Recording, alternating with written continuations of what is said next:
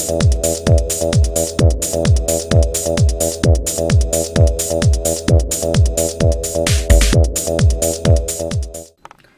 there everybody, today I'd like to take a casual peek into the Spider-Man Iron Spider-Man action figure by Hasbro. This is a figure set that I found at a Toys R Us. I was not expecting to see an Iron Spider-Man there. Usually they have the Green Goblin, various versions of other Spider-Man, an occasional Tarantula, or rarely a Juggernaut. And to see an Iron Spider-Man figure there was a bit of a surprise. I went ahead and quickly picked him up. I just remember this figure from, or this character from the Civil War comic story several years ago. I think it was 2006. Yeah, it was 2006. This figure cost only $11 total. And as you can see here in the packaging in more detail, he's got his claws here. It says down here, posable attack claws. But I thought that's kind of neat that they included that. Although I quickly noticed this guy doesn't have any waist articulation, which kind of sucks. He's got articulation everywhere else, but not on the waist. Taking a look at the back of the package here, you can see a description here of Iron Spider-Man, and other figures from the Spider-Man line. You got Spider-Man, another Spider-Man. It doesn't describe what kind of Spider-Man it is, just says Spider-Man. Another Spider-Man, Juggernaut, Venom, and Tarantula. So let's go ahead and open up this figure and we'll be right back.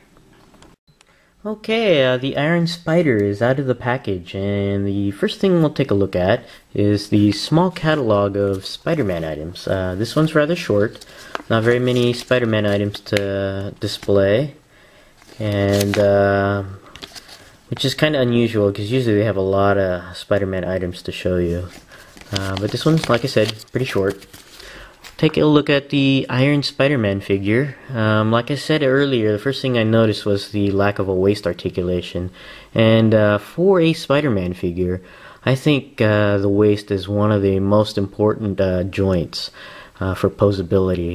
You just can't really get those very dynamic poses that Spider-Man pulls off when dodging an attack or just moving around in general. Without a waist articulation, it just really isn't a Spider-Man figure for me, which is kind of a bummer for this one because I really like this Iron Spider costume. But going over the rest of the figure, you can see here he's got those 3 Waldos coming out of his back here, and it's actually a ball joint at the base, which is kind of neat. And then each Waldo has a separate, 2 separate hinge joints, so you can actually pose it in a variety of directions, so it's just kind of neat. And with the ball joint at the base, you can actually rotate it into whatever pose you need.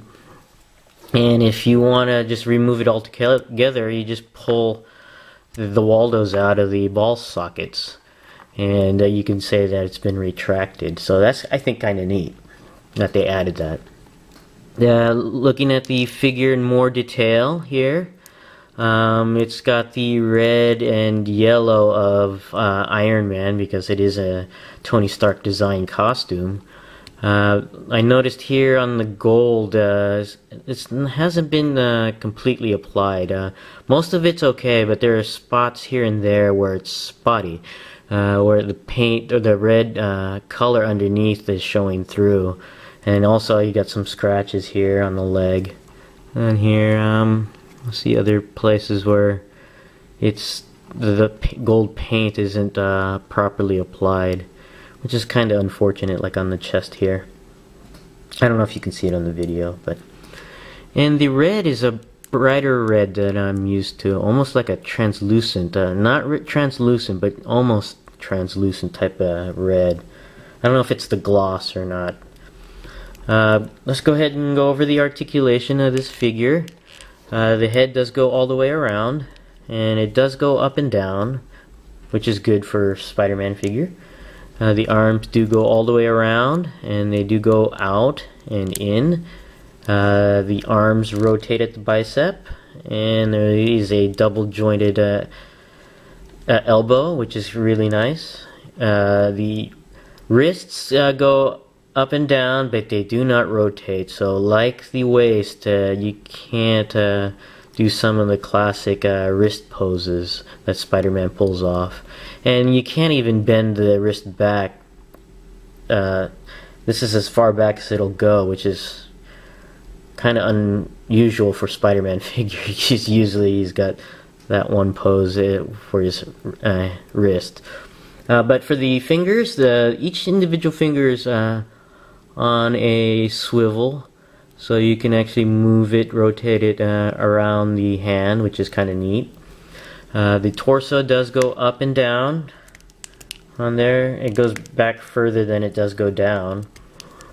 The legs are on a ball hinge joint, so you can actually move up and down on the hinge. You can rotate the leg on the swivel, but moving the ball joint itself takes a bit of work. It's pretty stiff. It's not as fluid.